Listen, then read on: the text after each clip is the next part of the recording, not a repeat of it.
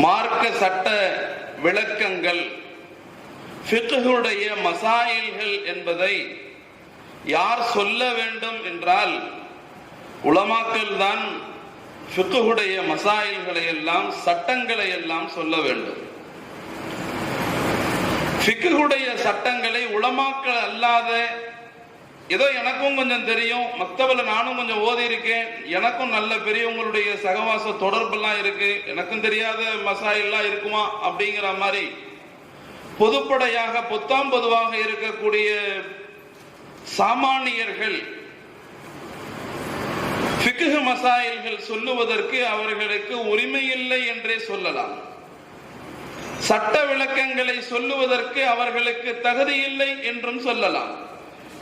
மார்க்கத்தினுடைய சட்ட விளக்கங்களை தெளிவாக மக்களுக்கு போதிக்கக்கூடிய முழு உரிமையும் உலமாக்களுக்கே இருக்கிறது.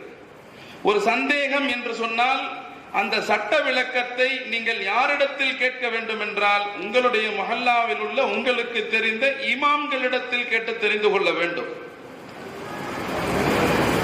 இமாம்களிடத்தில், உலமாக்களிடத்தில் கேட்டுத்தான் தெரிந்து கொள்ள வேண்டுமே தவிர, பார்க்கறதுக்கு ஆள் பெரிய ஆள், கொஞ்சம் தாடியும் பாடியுமா பெரிய ஜுப்பாலாம் போட்டு எப்பயுமே தொழுகிறவரா தெரிகிறாரே அப்படிங்கிறதுக்காக அவங்கள்ட்ட போய் நம்ம மார்க்க சட்ட விஷயங்களையும் சட்ட விளக்கங்களையும் எல்லாம் கேட்க முடியாது.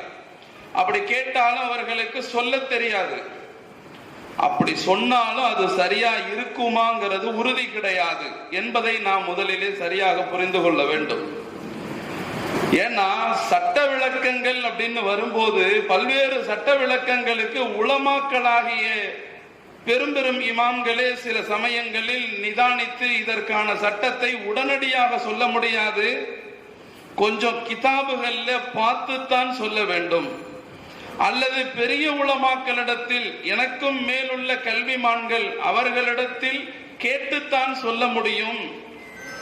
கொஞ்சம் பொறுமையாக இருங்கள் என்று சொல்லி நாளை அல்லது நாளை மறுநாள், ஒரு 4 நாட்கள் கழித்து, ஒரு வாரம் கழித்து என்று ஒரு கால அவகாசத்தை வாங்கி அந்த சட்டங்களுக்கு ஒரு சரியான விளக்கத்தை கொடுப்பதற்கு முயற்சிப்பார்கள். அதுதான் உங்களுக்கு சட்ட விளக்கத்தின் சரியான வழிமுறை. ஏன் இந்த சட்ட விளக்கங்கள் திரும்ப திரும்ப சொல்லப்படுகிறது?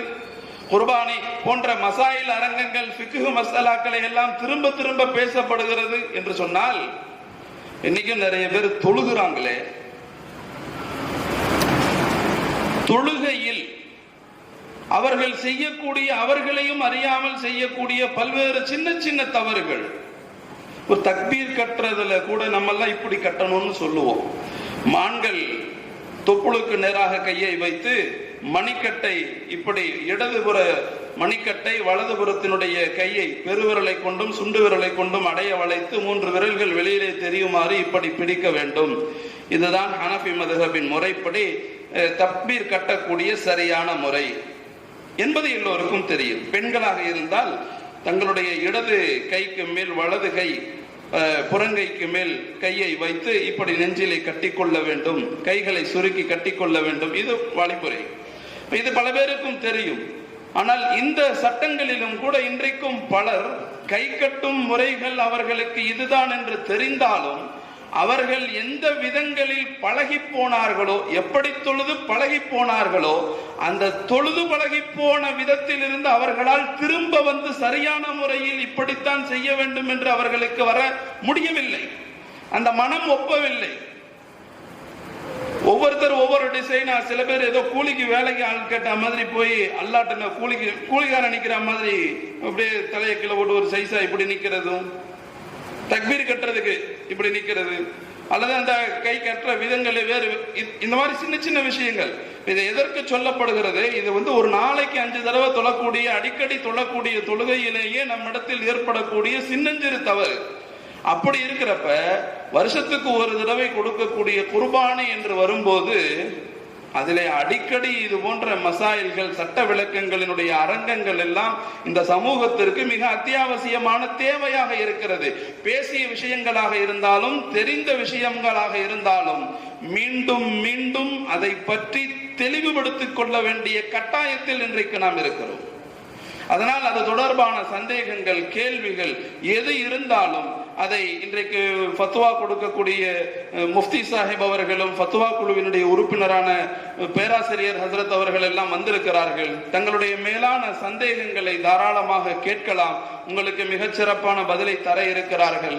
இதே போன்ற எல்லா விதமான நிகழ்ச்சிகளிலும் கலந்து பேராதரவு தந்து அல்லாஹ் இவ்வுலகிலும் மறு உலகிலும் சீதேவிகளாக வாழக்கூடிய பாக்கியத்தை அல்லாஹ் நம் அனைவருக்கும் தந்தருள் புரிவானாக.